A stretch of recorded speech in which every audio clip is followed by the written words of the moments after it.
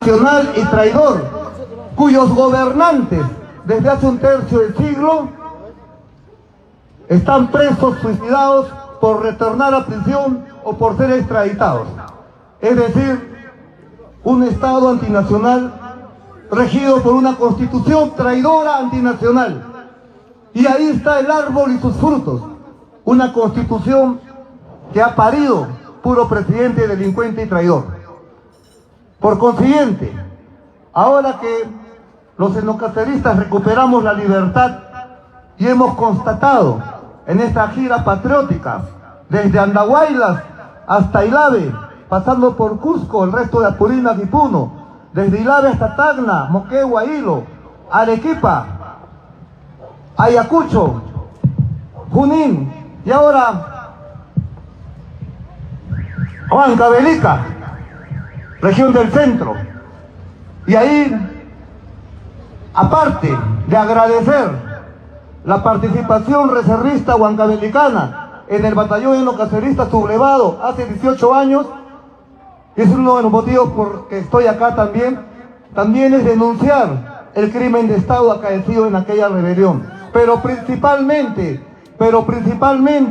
ahora que salimos y recuperamos la libertad, constatamos que las banderas por las cuales nos sublevamos hace 18 años, ahora, pasado ese tiempo, la situación de la República se ha agravado. Nuestro pueblo está más ofendido, nuestro pueblo está más subyugado y más traicionado. Porque cuando estuvimos presos, cuando caímos por las Andahuaylas, todavía no sabíamos lo que era la Bajato.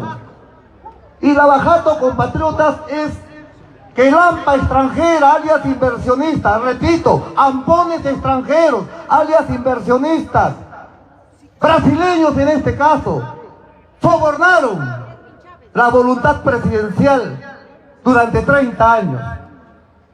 Entonces, esto es un problema no solo de alta corrupción, es un problema principalmente, y quiero que me entiendan bien, compatriotas de Huancavelica, es un problema principalmente de seguridad nacional. Tener 6 presidelincuentes, traidores y ladrones malgobernándonos durante un tercio de siglo, o sea, durante generación y media. Porque entiendan, compatriotas, que no hay un peruano, no hay un huancavelicano menor de 35 años que conozca, que sepa, que haya visto en su vida a un presidente honesto. No lo conoce, no conoce lo que es un presidente patriota. Y esto es un problema gravísimo. O sea, no solo es un problema de seguridad nacional, la alta corrupción de los presidelincuentes, incluido un hermano que traicionó, incluido presidelincuente igual. Además de un problema de seguridad nacional, constituye un problema moral para la nación. Sepan ustedes, hermanos, compatriotas, que la principal escuela de moralidad de un pueblo no es como comúnmente se cree. La parroquia, el colegio, no. La principal escuela de moralidad de un pueblo es el ejemplo de los gobernantes. Repito, el ejemplo de los gobernantes. Y si estos gobernantes nos traicionaron, obviamente traicionaron a toda la nación. ¿Y qué es la nación? La nación somos nosotros y el territorio. Entonces no solo es un problema de seguridad nacional, no solo es un problema moral, es un problema republicano. Porque, compatriotas, entiendan, lo que actualmente pasa con el actual gobierno de Pedro Castillo es solamente el epílogo de un proceso más inmenso, más monstruoso, más terrible, más traidor, como es soportar una constitución antinacional, una constitución que pone lo extranjero y después lo nacional. Una constitución traidora, una constitución en la cual el patriotismo es considerado delito. Y este es un problema republicano que pasa en el Perú desde hace un tercio de siglo. Y ahora ya llegó al tope. Es un cadáver esta República Criolla. Es un cadáver que debe morir rápido. Y debemos procurar enterrarlo lo más rápido. De enterrarlo es refundar la República. ¿Y qué es refundar la República? Refundar la República, para empezar, implica desconocer en el acto la Constitución antinacional de Fujimori y de Montesinos, traidores peruanos, y el otro apátrida asiático. Estos señores son padres de la desgracia nacional, y los presidelincuentes que han sucedido, e inclusive el actual, si no desconocen la Constitución traidora, terminarán como han terminado los primeros 6, inexorablemente en prisión, por traidor y delincuente. Entonces, compatriotas, la situación es grave. La solución nacional no está en función a la Constitución de Fujimori y de Montesinos, sino en función a lo que estipula la Constitución anterior, que tenía un sesgo nacionalista heredado de Velasco, que prohibía la privatización, que prohibía la extranjerización, que prohibía la chilenización, que jamás le hubiera reconocido la nacionalidad peruana a un asiático, Alberto Fujimori. ¿Qué carajo tiene de peruano? Asiático por los 4 costados, japonés, y después otro norteamericano, otro extranjero, Pedro Pablo Kuczynski Godard. ¿Qué carajo tiene de peruano?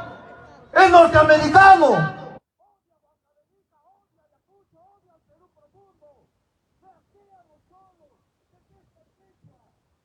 Y peruano. Y esta gente, estos apátridas extranjeros, nos han gobernado y nos han hecho una constitución antinacional. Y en complicidad con presidelincuentes peruanos.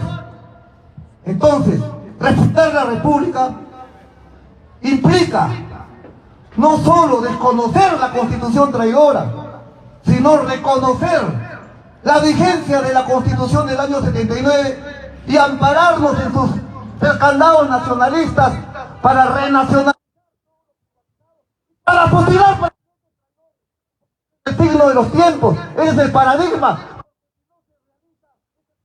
histórico a la clase política. Entonces la niñita del pueblo joven va a pensar que es bueno ser prostivedad. Entonces el niñito del pueblo joven va a pensar que es bueno ser pirañita. La desgracia nacional, repito, toda una generación, casi 2 generaciones de peruanos no saben lo que es un presidente honesto. Y casi 3 generaciones de peruanos, desde la época de Velasco, no saben lo que es un presidente patriota.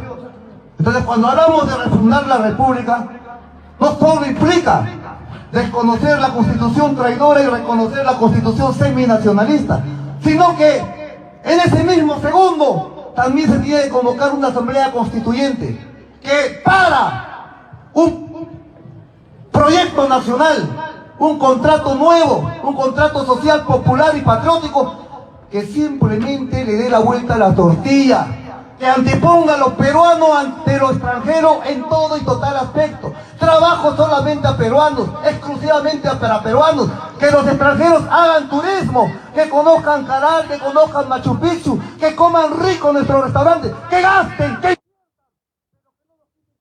no nos saquen. Solo así serán bienvenidos, solo así serán bienvenidos. La patria no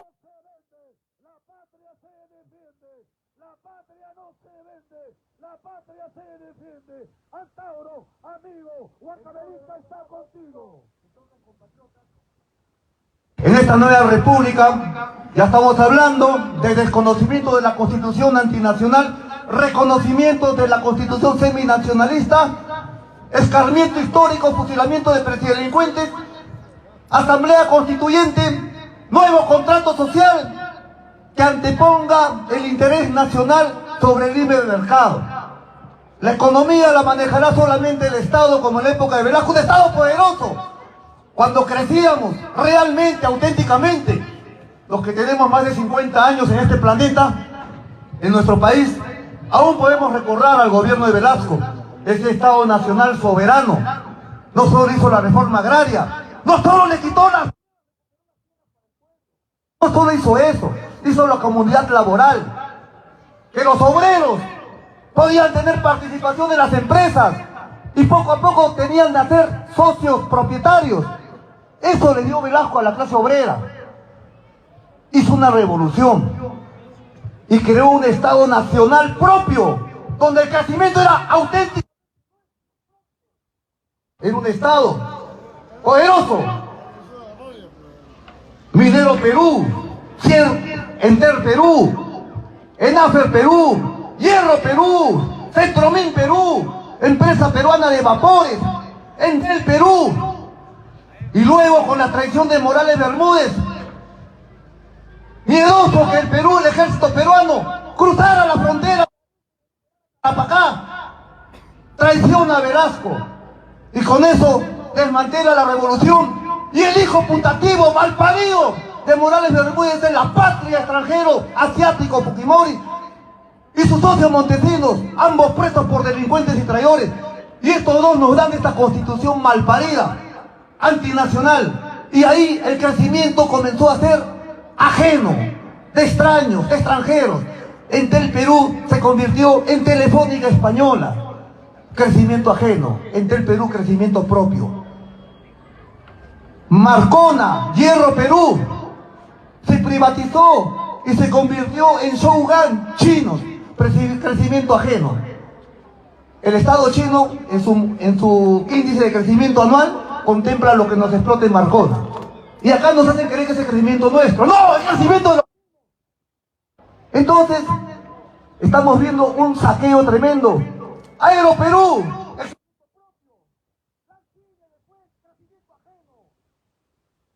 Han hecho esclavos en nuestra propia tierra. Y encima, la pandemia, que demostró que el crecimiento era falaz, era una mentira, nos abrió los ojos. Al pueblo peruano le hizo sentir la realidad con más contundencia que los 7 años de José Carlos Mariátegui, la pandemia del COVID. Y descubrimos que fuimos los grandes engañados, los grandes saqueados. Y encima a este pueblo tan traicionado durante 30 tantos años, tan humillado, tan frustrado, encima le zampan 1,5 millones de lumpen laboral venezolano a quitarnos lo poco que teníamos de trabajo mal pagado inclusive. Por consiguiente, ahora que salimos de las cárceles, contemplamos que las banderas del Andahuaylazo se han quedado cortas.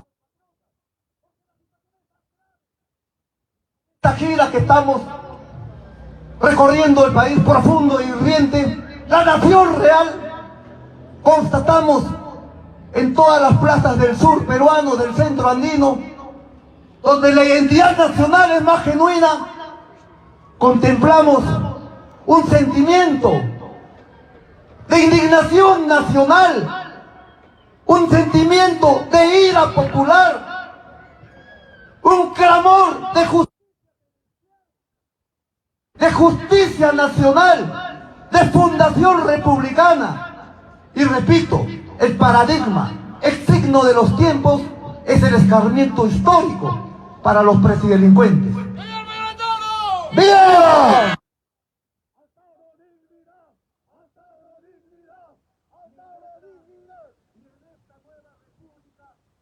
Nosotros imaginamos. ¿Por qué? Que nosotros soñamos.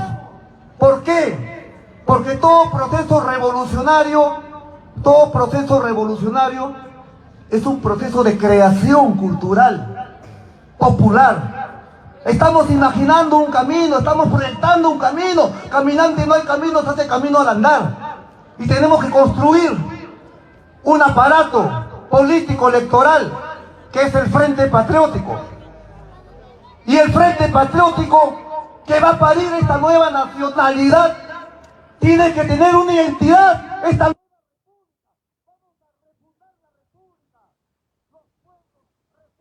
repúblicas cuando están en un peligro mortal y nacional. Doy como ejemplo una república como Francia. Francia está en su 5ª república. La primera república la fundaron luego de cortarle la cabeza a Luis XVI y a María Antonieta. La segunda república es cuando regresan los Borbones, los traidores. La tercera república es después de la derrota de Sedan ante Alemania de Bismarck. La cuarta república es con la derrota en la Primera Guerra Mundial. Y la 5ª república es la que funda Charles de Gaulle.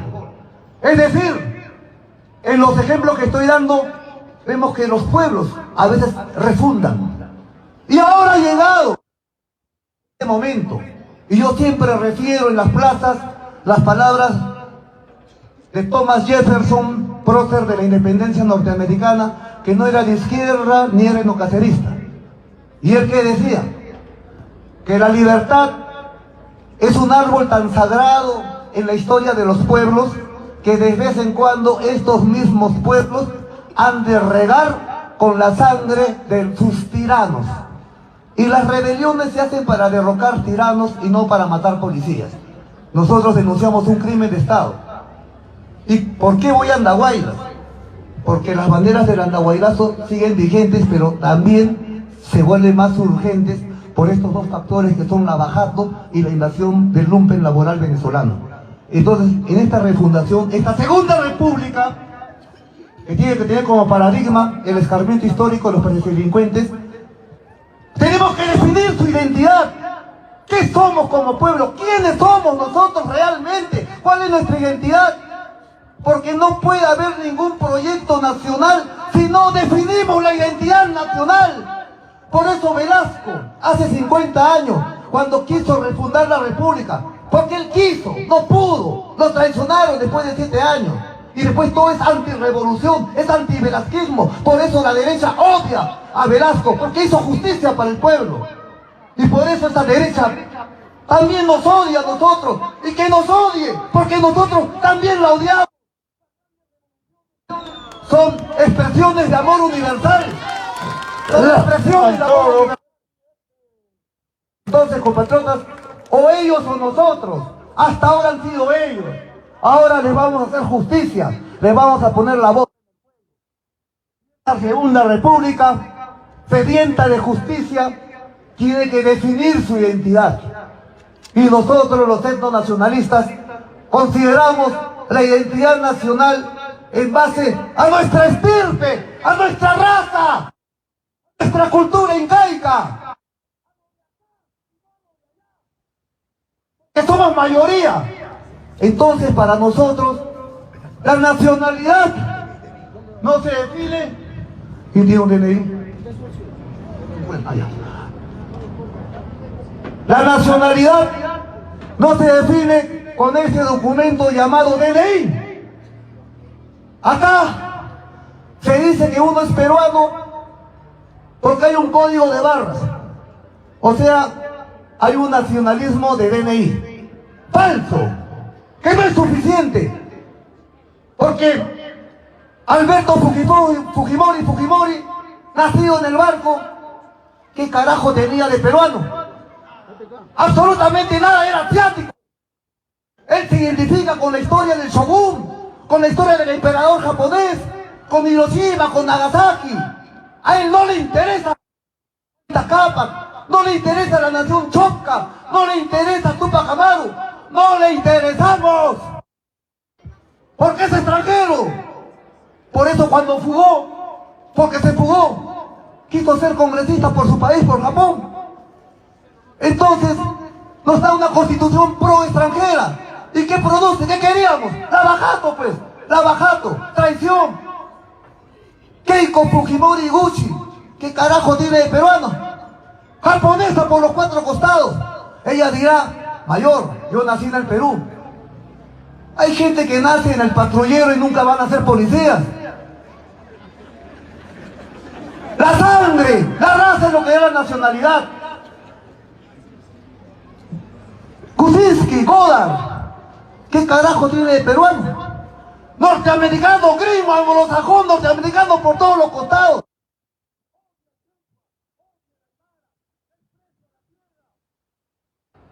Nos desprecia a los peruanos. Y ha sido presidente por este documento azul, por este código de barras. En una segunda república patriótica y los nacionalistas jamás le hubiera. Inclusive, según sé, hasta el lumpen laboral venezolano le van a entregar esto. Es decir, vamos a tener alcaldes venezolanos acá en Huancavelica. Entonces yo digo, ¿qué es lo que nos pasa como pueblo? Por consiguiente, compatriotas, esta segunda república definimos la identidad nacional. Y la identidad nacional se basa en la estirpe local. Por supuesto que somos un país mestizo, cholo de toda la sangre. Y hay 4 aportes en las 4 razas universales: la raza amarilla, negra, blanca y cobriza. Y cada cual ha tenido su aporte. La raza blanca de Almagro y Pizarro invade y hay un choque. Y empieza el nombre Perú recién. Pero la raza original es la nuestra, la que parió Manco Cápac y Mama Oglio. Y el aporte negro africano es mínimo. Vinieron como esclavos acompañando a sus amos blancos. Y la raza amarilla de Fujimori, ellos vinieron casi como esclavos en el siglo XIX, no vinieron como turistas, vinieron en bodega. Es la historia, es la verdad, es la realidad, es lo que dicen nuestros libros. No estamos inventando nada, es un hecho, no es una opinión. Y esa es la peruanidad. Pero en esta peruanidad mestiza que va a darle identidad a esta segunda república, ¿qué es lo esencial? ¿Cuál va a ser el eje? ¿La cultura asiática? ¿La cultura negra africana? ¿La cultura anglosajona, occidental y cristiana y blanca? Tiene que ser la cultura andina, con mayoría chola. Compatriotas, que desde 1531, en que el Tahuantinsuyo, el imperio de los incas, nuestros ancestros fueron globalizados por Francisco Pizarro y Diego de Almagro, cuando nuestros ancestros, nuestros tatarabuelos, insertados a Occidente, a punta de arcabuz y artillería y caballería, al sistema occidental y cristiano, desde entonces nos han gobernado 50 virreyes y 40 presidentes en 500 años. Todos blancos, españoles o criollos. Solamente 3 mestizos: Santa Cruz, Taita Cáceres y Velasco. Un cholo traidor como Toledo. ¿Y qué nos enseña eso? Que ser cholo no implica pensar como cholo. Porque sepan ustedes, compatriotas, que para todo proceso revolucionario a veces es un obstáculo mayor el egoísmo de los pobres que la soberbia de los ricos. Entonces, repito, la identidad nacional, nuestra conciencia nacional, ¿en qué se debe basar? Para el etnonacionalismo, que contempla la nacionalidad en función al estirpe, a nuestra historia propia, obviamente, nuestra bandera como soldado velasquista, etnocacerista, etnonacionalista.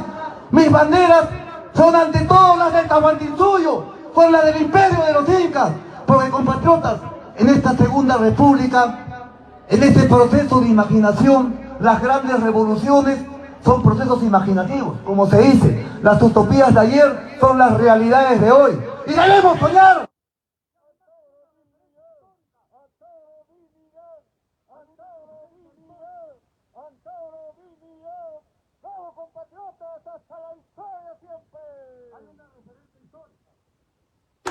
Acá, como decía Flores Galindo en Buscando un Inca, acá había un imperio.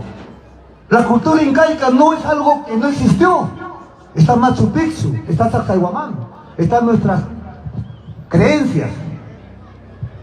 No es como quieren hacernos creer que Machu Picchu lo hicieron los extraterrestres o los vikingos, porque somos un pueblo de tan mala raza, un pueblo tan pobre y diablo, tan sumiso, tan inservible, tan inferior, que no podemos creer Machu Picchu. ¡No! ¡Los cholos! Machu Picchu lo hacen los inteligentes, y la raza cobriza no es inteligente. Eso es lo que nos quieren hacer creer. Así ha sido la República Peruana con su rojo y blanco, cuya independencia criolla se hizo a expensas de la esclavitud negra y del tributo indio. Una minoría nomás se independizó, porque la gran mayoría o éramos tributarios o seguimos siendo esclavos. En verdad, la verdadera independencia se va a lograr con la nueva república. Y ahí tenemos que definir la identidad. Y tenemos que pensar, soñar en una nueva geopolítica porque fuimos a la altura de nuestro pueblo,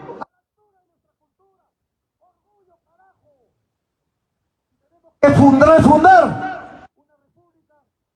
inspirada en el Tahuantinsuyo. Ahí nos daremos cuenta que no estamos solos, así como Inglaterra tiene el Commonwealth, o sea, la comunidad británica, que abarca a todas las naciones de la tierra, que tienen como eje poblacional a la raza anglosajona, como es Inglaterra, y sus 6 colonias como Australia, Canadá, y tantas 6 colonias que tienen. Nosotros, en esta nueva geopolítica imperial incaica, convocamos a la República hermanas culturalmente,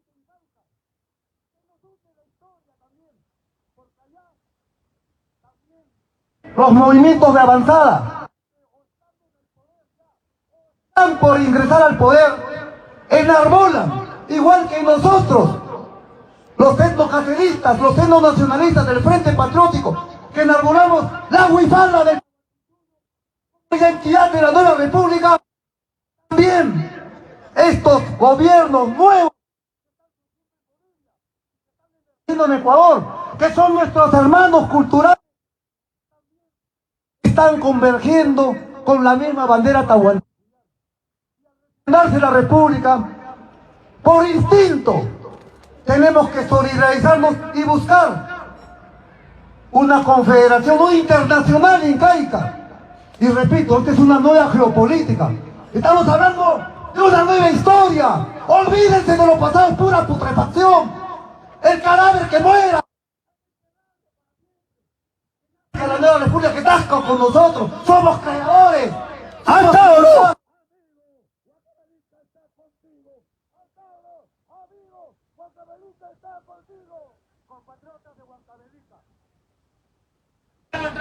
Compatriotas, ya que han hablado de traición, hablemos de traición.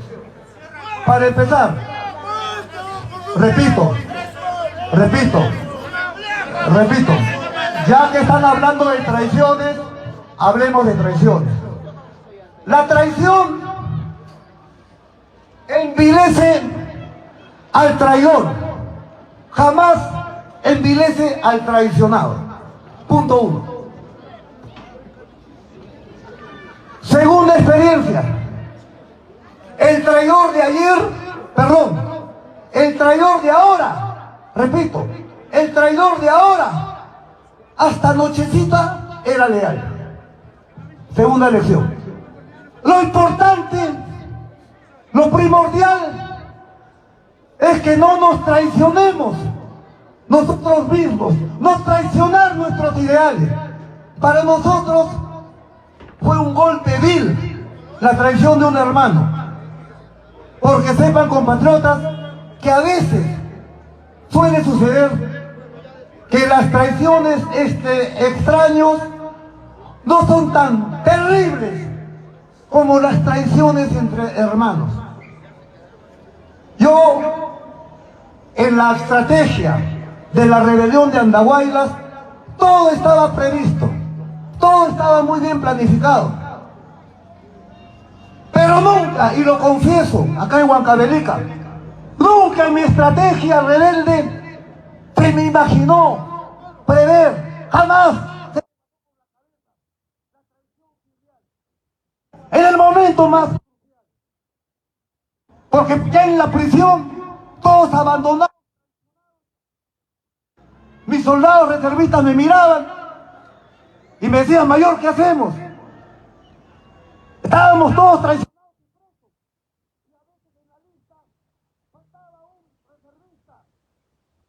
Encontrábamos colgado en su celda porque la traición fue... Entonces, ¿qué le podía decir a mis reservistas si no? ¡Sobrevivamos!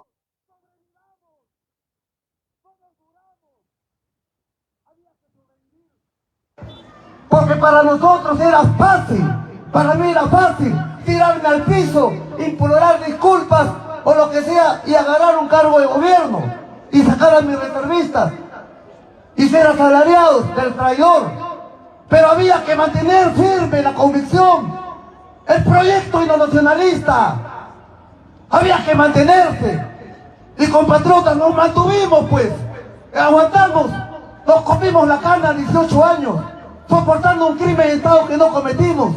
Y ahora salimos más convencidos que nunca, más arrebatados que nunca, más achorados que nunca, convencidos que los hechos nos dieron la razón, la historia nos dio la razón. Y ahora convocamos a nuestro lado a las vanguardias del pueblo organizado, a los sindicatos obreros, a los agrocoscaleros, a los mineros informales, a los pescadores artesanales, a la nación real, a la nación para que cada uno de nosotros, los soldados patriotas, marchemos sobre Lima para recuperar el Congreso al servicio del pueblo. Y una vez recuperar este Congreso, porque lo vamos a hacer, y yo los convoco. ¡Urgente! ¡Urgente! ¡Rescate del Congreso! Porque lo vamos a hacer. Reitero, nadie sale de 18 años preso a bromear. No quiero bromear con nadie. Queremos ejecutar. Queremos marchar sobre Lima. Entonces, compatriotas, este es mi mensaje de lucha al pueblo huancabelicano. Que todas las conquistas sociales logradas por nuestro pueblo en su milenaria historia no se han logrado a punta de pavimentos ni Ave Marías, sino se han logrado a punta de lucha. Y yo los convoco a luchar en marzo y bajar a Lima y recuperar el Congreso y refundar la República. ¡Al Tauro!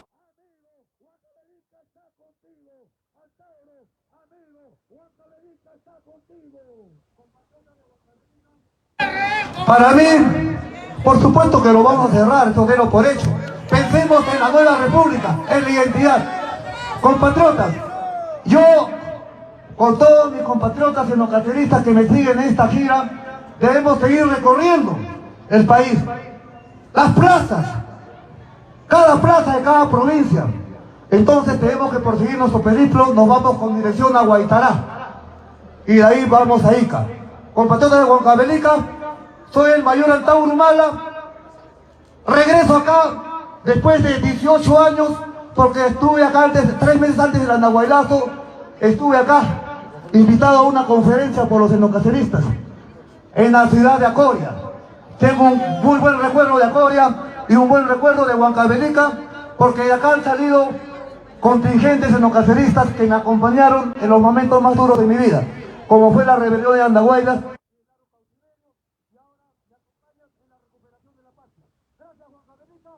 ¡Viva el Perú! ¡Viva! ¡Viva el xenocacerismo! ¡Viva! ¡Viva el tahuantinsuyo! ¡Viva! ¡Gracias, compatriotas! ¡Pausa tu mayor Tauro! ¡Pausa tu mayor Tauro! ¡Viva Huancavelica! ¡Viva Huancavelica, compatriotas! ¡Gracias, compatriotas! ¡Costa, Sierra y Selva! ¡Antauro, presidente! ¡En Costa, Sierra y Selva! ¡Antauro, presidente!